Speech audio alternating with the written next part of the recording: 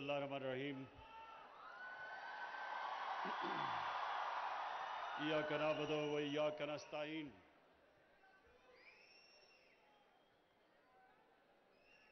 सबसे पहले उस्मानदार आपको, आपकी सारी टीम को मैं खिराज तहसीन पेश करता हूं और मुबारक देता हूं आपको।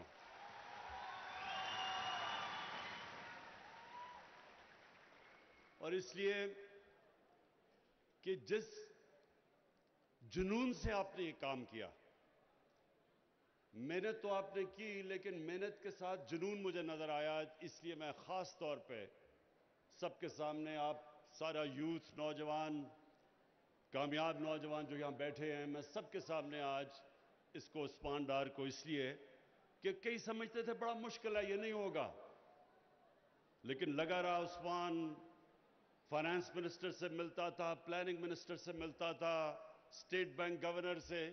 तो ये जो इसने प्रोग्राम अभी तक सामने लेके आए, ये शुरू करना बड़ा मुश्किल था, लेकिन माशाअल्लाह क्योंकि अब चल पड़ा है, तो अब हमें नजर आ रहा है कि ये हमारे मंसूबों में से इंशाअल्लाह सबसे कामयाब होगा।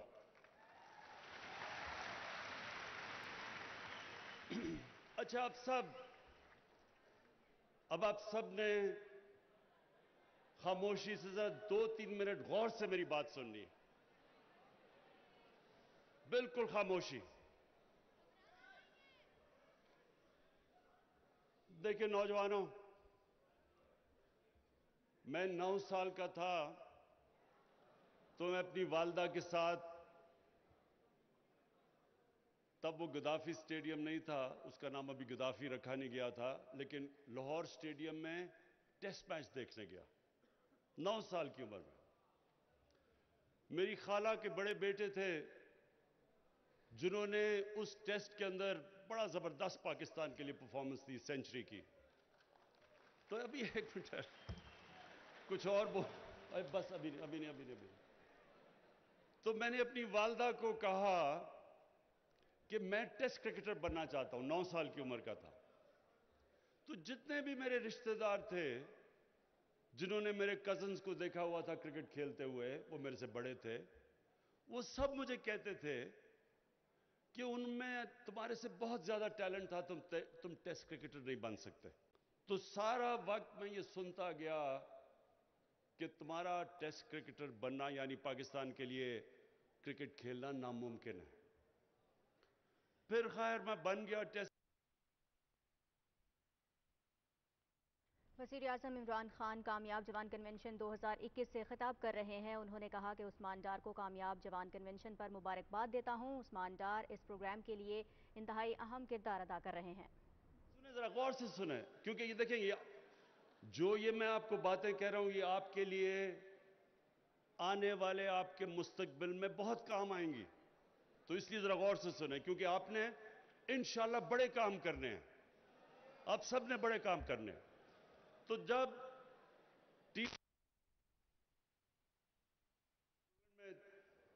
इंग्लैंड में वो था, तो अखबार में आया इमरान खान नहीं, इमरान कांट, यानी क्रिकेट नहीं खेल सकता।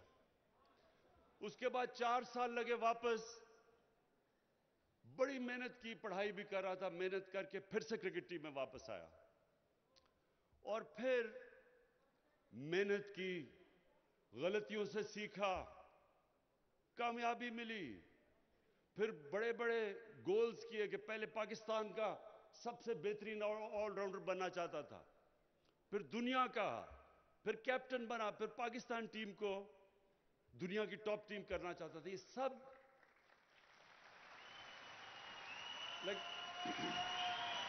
लेकिन हर जगह, सुने, हर जगह मुझे यह कहा गया कि यह नामुमकिन है। हर जगह पहले मुझे कहा तुम तेज बॉलर नहीं बन सकते, फिर तुम कैप्टन नहीं बन सकते। हर जगह दुनिया कहती रही कि ये चीजें नामुमकिन है। फिर जब हॉस्पिटल बनाने लगा, अखबार में मजमून निकले कि ये कौम से पैसा इकट्ठा कर रहा है, पैसा जाया हो जाएगा, हॉस्पिटल नहीं बनेगा। फिर कहा गरीबों का मुफ्त इलाज नहीं होगा। ये सब मुझे सुननी पड़ी अपनी जिंदगी में चीजें। फिर जब नमल यूनिवर्सिटी बनाने गया, कहा देहात के अंदर प्राइवेट सेक्टर यूनिवर्सिटी नहीं बना सकता, कि देहात के अंदर प्राइवेट सेक्टर इसलिए नहीं क्योंकि फैकल्टी नहीं जाएगी, प्रोफेसर्स नहीं जाएंगे वहां, इसलिए वो फेल हो जाएगी। फिर जब पॉलिटिक्स में आया तो 14 साल मेरा मजाक उड़ा। 14 साल थोड़ा वक्त नहीं है, 14 साल। बड़े बड़े तजिया नगार मजाक उड़ाते रहे कि ये जी समझता है क्रिकेट है, ये सब कुछ। कहा कि दो सुन ले, ये आपके लिए काम की बातें करने लगा हूं। कहता दो पार्टी सिस्टम में तीसरी पार्टी आ ही नहीं सकती। और फिर जब वो पार्टी आ गई तो फिर 3 साल से सुन रहा हूं कि तुम फेल हो जाओगे। ये मैं आज आप सबके सामने कह रहा हूं, और इंशाअल्लाह आप ये अपनी नजरों से देखेंगे कि पाकिस्तान को एक अजीम तरीन कौम बनते हुए। ये मेरी नौजवानों, ये मेरी आखिरी एम्बिशन है जिंदगी की। हर चीज में लोगों ने कहा नामुमकिन है, अल्लाह ने कामयाबी दी। इसलिए कामयाबी दी कि जब से अल्लाह ने दुनिया बनाई है, उसने एक असूल कई बनाए हुए हैं कि जिसने भी कामयाब दुनिया में होना है, कोई भी इंसान आज तक मेहनत किए बगैर कामयाब नहीं हुआ। कोई इंसान शॉर्टकट लेके कोई उसने आज तक दुनिया में बड़ा काम नहीं किया।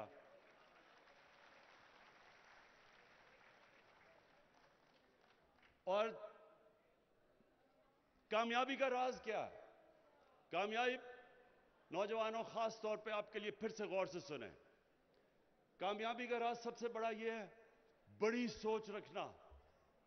जितनी बड़ी ख्वाब आपकी होगी उतना ही बड़ा इंसान बनेगा।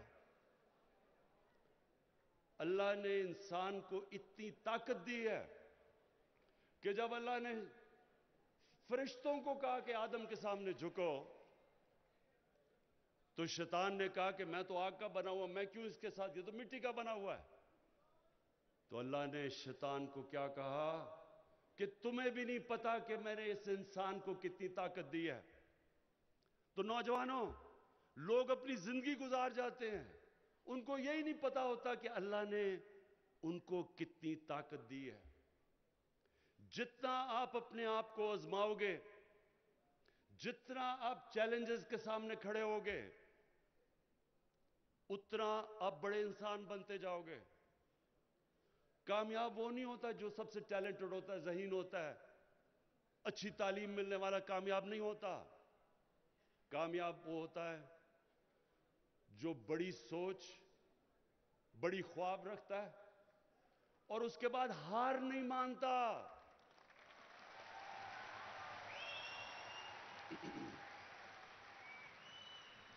जितनी आप ऊपर सोच रखेंगे, याद रखें, उतनी ज्यादा मायूसियां जिंदगी में आएंगी आपके सामने।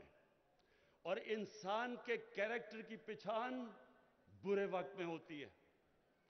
मुश्किल वक्त में पता चलता है कि इंसान का कितना कैरेक्टर है। अल्लाह कुरान में कहता है कि मैं तुम्हारे ईमान को बार बार मुश्किलों से आजमाऊंगा। क्यों वो अल्लाह हमें मुश्किलें देता है? हमारी बेहतरी के लिए। जब एक इंसान के सामने मुश्किल आती है, उसके सामने खड़ा होता है, बुरे वक्त को बर्दाश्त करता है, अपना जायजा लेता है कि क्या वक्त, क्या गलतियां की मैंने, गलतियों को ठीक करता है, मेहनत करके इंसान और मजबूत हो जाता है और ऊपर चला जाता है। और यह है साइकिल जिंदगी का। असल में नौजवानों, ये मेरी, अब सब ने यह बात समझनी है, कभी आपको हार हराती नहीं है। जब आप हार से, बुरे वक्त से हार मान जाते हैं, तब आप हारते हैं। जब तक आप हार नहीं मानते, सेल्फ एनालिसिस करते हैं। अच्छा, अभी वो शिफा ने कहा कि अंग्रेजी, मैं सिर्फ अंग्रेजी का पहले क्लियर कर दूं कि देखें, मैं ये कहता हूं कि फंक्शन में सारे पाकिस्तानी बैठे होते हैं, टीवी पे जा रहा होती है फंक्शन, और हम अंग्रेजी में बोल रहे होते हैं। कभी सुना है कि इंग्लैंड के अंदर कोई फंक्शन हो रही है और वो उर्दू में शुरू हो जाए बोलना? कोई कभी सुना है?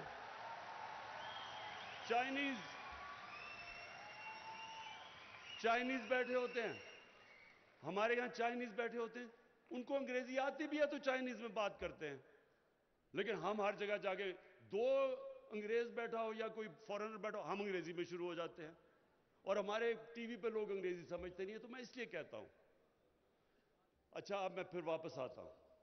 देखें, क्योंकि आपके हाथ में इस मुल्क का मुस्तकबिल है, इसलिए मैं आपको कह रहा हूं कि ये जो मौका मिला है आपको, ये जो आपको स्किल डेवलपमेंट, हुनर सीखने का मौका मिला है, आपको कर्जे मिले हैं जिससे आप कारोबार शुरू कर सकते हैं, ये आपको मौका मिला है कि आप जिंदगी में वो काम कर सके जो एक मुल्क को भी तब्दील कर दे, आपकी भी जिंदगी बेहतर कर दे। लेकिन कामयाबी तब होगी जब आप इस मौके का फायदा उठाएंगे और मेहनत करेंगे, बुरे वक्त से सीखेंगे।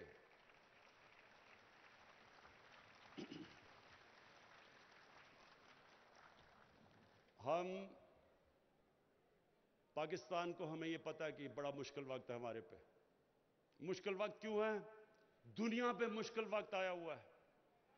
मुश्किल वक्त क्यों आया है? कोरोना की वजह से। सदियों में एक दफा इतना बड़ा सुन ले, बाद में नारे मारना। ये मेरी जरा गौर से बात सुने। कोरोना वायरस सदी में एक दफा इस तरह का एक दुनिया में बुरहान आता है। सारी दुनिया में मुश्किल आई हुई है क्योंकि लॉकडाउन कर दिए। लॉकडाउन की वजह से कारोबार खत्म हो गया, सब कुछ रुक गया, सप्लाई लाइंस वो रुक गई, चीजें गायब हो गई, चीजों की कीमत ऊपर चली गई, तेल दुगना, कोयला दुगना, गैस दुगनी से भी ज्यादा। तो ये सारी दुनिया का मसला इस वक्त। उसके लिए मैं फिर आपको कहता हूं कि हम ये प्रोग्राम लेके आ रहे हैं। एक तो कामयाब जवान तो आपके सामने आज, लेकिन कामयाब पाकिस्तान जो भी शौकत तरीन ने बताया, सूद के बगैर कर्जे, 40 लाख खानदानों को उनको हुनर सिखाना, सूद के बगैर घर के लिए कर्जे, यानी घर बनाने के लिए पहली दफा पाकिस्तान में हो रहा है कि हुकूमत सूद के बगैर कर्जा देगी ताकि गरीब घराना अपना घर बना सके। और सबसे ज्यादा जो मुझे फख्र है आज, नौजवानों, सबसे ज्यादा फख्र मुझे इस चीज पे है कि पाकिस्तान में universal health coverage, health insurance, सारे खानदान जितने सूबे हमारे नीचे हैं, पंजाब, पख्तूनख्वा, आजाद कश्मीर, गिलगित बल्तिस्तान और बलूचिस्तान, हर शहरी को हम इंशाल्लाह हेल्थ इंश्योरेंस देने लगे हैं, जो कि जनवरी से शुरू हो जाएगी सारे पंजाब के अंदर, हर खानदान के लिए। और इससे यह होगा कि किसी घर में भी बीमारी हुई तो 7 लाख से 10 लाख रुपए किसी भी अस्पताल में जाके अपना इलाज करवा सकेंगे। ये मैं हमेशा समझता था जब शौकत खानम कैंसर हॉस्पिटल बना रहा था कि अल्लाह ने मुझे कभी भी मौका दिया। शौकत खानम कैंसर क्यों बनाया था हॉस्पिटल? क्योंकि कैंसर का इलाज सबसे महंगा है।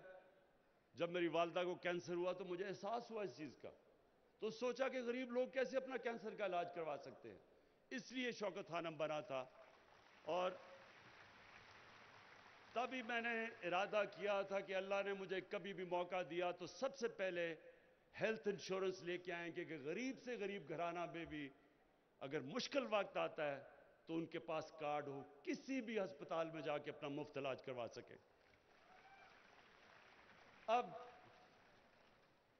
अब मैं आजकल, क्योंकि आपको पता है टेप्स की बात हो रही है, तो मैं भी टेप्स की बात कर ही दूं। टेप्स निकल रही हैं, जनाब जजेस के नाम आ रहे हैं। तो नौजवानों, एक चीज आपने समझनी है। 25 साल पहले मैंने जब पॉलिटिक्स में आया था तो मैंने तब कहा था कि पाकिस्तान का सबसे बड़ा मसला करप्शन है। ये टेप्स जो हो रही हैं, ये जो सारा ड्रामा है, अब आप समझें कि ये मसला है क्या मुल्क का। जिस मुल्क के अंदर उनका सरबरा, प्राइम मिनिस्टर और वजीर चोरी शुरू कर दें, मुल्क के पैसे को चोरी करके बाहर ले जाना शुरू कर दें, और वो बाहर क्यों ले जाना चाहते हैं, क्यों ले जाना पड़ता है? क्योंकि अगर मुल्क में पैसे रखेंगे तो नजर आ जाएंगे लोगों को, इसलिए उनको बाहर भेजना पड़ता है। तो दुगना नुकसान मुल्क का करते हैं। तब से मैं कह रहा हूं कि कौमें गरीब इसलिए नहीं होती कि उधर वसाइल की कमी है। कौमें गरीब इसलिए होती हैं कि जब उनके अपने सरबरा, उनके प्राइम मिनिस्टर, वजीर, जब वो मुल्क का पैसा चोरी करते हैं, वो मुल्क कभी आगे नहीं बढ़ सकता। अब ये हुआ क्या है, जरा ये आपने समझना है केस क्या है। पैनामा 2016 में पैनामा केस आया। वो पैनामा केस में क्या चीजें निकली? दुनिया में जिन लोगों ने अपना पैसा छुपा के ऑफशोर अकाउंट्स में रखे हुए थे, उनके नाम आ गए। उनमें से एक नाम आ गया कि जनाब जो 4 लंदन के अंदर अरबों रुपए के महंगे तरीन इलाके में फ्लैट हैं, उनकी मालिका मरियम सफदर थी। इधर से शुरू हुई बात। उसके बाद अदालत में केस गया। उसके बाद जेआईटी बनी। उसके बाद फिर सुप्रीम कोर्ट में आया और फैसला किया गया कि नवाज शरीफ को सजा हो गई। अब बजाय ये कि आप सिर्फ ये बता दें अदालतों को या पाकिस्तानियों को कि पैसा आया किधर से ये लंदन 4 बड़े बड़े फ्लैट लेने के, बजाय ये बताएं पहले क्यों निकाला, अदलिया को बुरा भला, फिर उसके बाद पाकिस्तानी फौज को बुरा भला। मैं तो खैर बुरा भला हुई, मुझे तो वो कहते हैं बहुत जालिम हूं मैं, तो सबको बुरा भला। भाई आप जवाब दें कि आपने ये 4 फ्लैट लिए किधर से। सारी चीजें कर रही हैं लेकिन जवाब नहीं दे रहे। मेरे ऊपर इन्होंने केस किया, सुप्रीम कोर्ट में लेके गए। मेरा भी लंदन में फ्लैट था। मैंने सुप्रीम कोर्ट में एक एक चीज की 40-40 साल पुराने कॉन्ट्रैक्ट्स के मैंने कागजात दिए, जबकि मैं तो पब्लिक ऑफिस होल्डर नहीं था, मैं तो एक खिलाड़ी था। उसके बावजूद जो अदालत ने मेरे से रसीदें मांगी मैंने उनको दी। 10 महीने लगे। मैंने क्यों? और इन्होंने अभी तक, जब इन्होंने अदालत में पूछा, पहले असेंबली में झूठ बोला, ये हैं जी दस्तावेजात, वो फ्रॉड निकले। फिर कतरी खत आ गया, वो फ्रॉड निकला। फिर क्लिबरी फॉन्ट आ गई, वो भी फ्रॉड निकली। उसके अभी तक एक कागज नहीं ये बता सके कि 4 लंदन के फ्लैट किस पैसे से खरीदे गए हैं, क्योंकि चोरी का पैसा था। अब सारे पाकिस्तान के इदारों को बुरा भला। लेकिन जो मुझे अफसोस है, और मैं ये आखिर में आपसे सबसे बात करना चाहता हूं, ये आखिरी बात है, ये समझ जाए। अफसोस किस चीज का है कि एक लाहौर में फंक्शन होती है, उधर चीफ जस्टिस को बुलाया जाता है, सुप्रीम कोर्ट के जजेस को बुलाया जाता है। उधर कौन तकरीर करता है? जो आदमी सुप्रीम कोर्ट ने जिसको कन्विक्ट किया हुआ है, जो झूठ बोल के मुल्क से बाहर भागा हुआ है, वो तकरीर कर रहा है। मेरे नौजवानों, एक मेरी बात सुन लें आप। कौम कभी खत्म नहीं होती पैसा चोरी सिर्फ करने से। कौमें फिर ठीक हो जाती हैं, पैसा फिर बना लेती हैं, लेकिन कौम तब तबाह होती है जब चोरी को बुरा नहीं समझा जाता।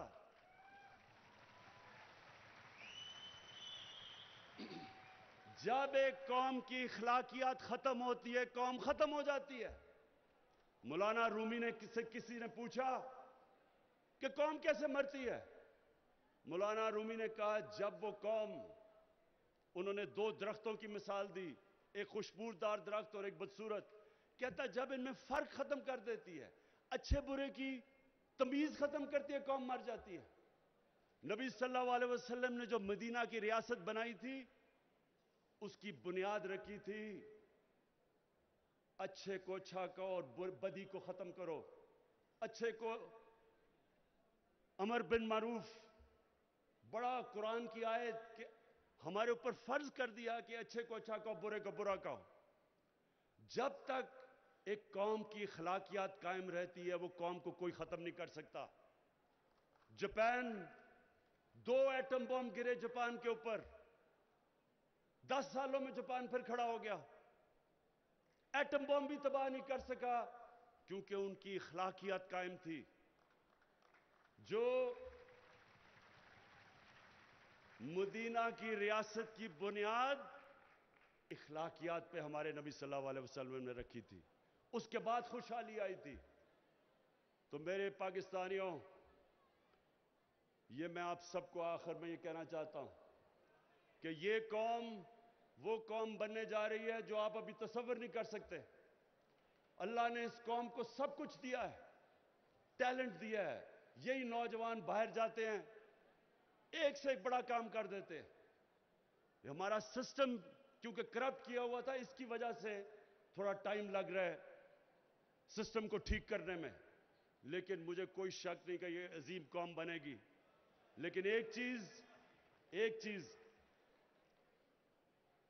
मैं ये भी जो आखिर में आपको कहा कि ये भी मेरे ज़हन में है कि कभी भी जब तक हम अपने अखलाकियत, हम अपने मॉरल स्टैंडर्ड्स ऊपर नहीं उठाएंगे, हम वो उधर नहीं पहुंच सकते जिधर हमें पहुंचना चाहिए। इसलिए मैंने रहमतुल्लिल आलमीन अथॉरिटी बनाई है, और इसका मकसद क्या है कि नबी सल्लल्लाहु अलैहि वसल्लम की जिंदगी से, उनकी सीरत से सीख के, उनके कैरेक्टर को अपनी जिंदगियों पे, उस पे अमल करें हम। यानी अपनी जिंदगी में लेके उनके कैरेक्टर को अपनी जिंदगियों पे, उस पे अमल करें हम। यानी अपनी जिंदगी में लेके आए।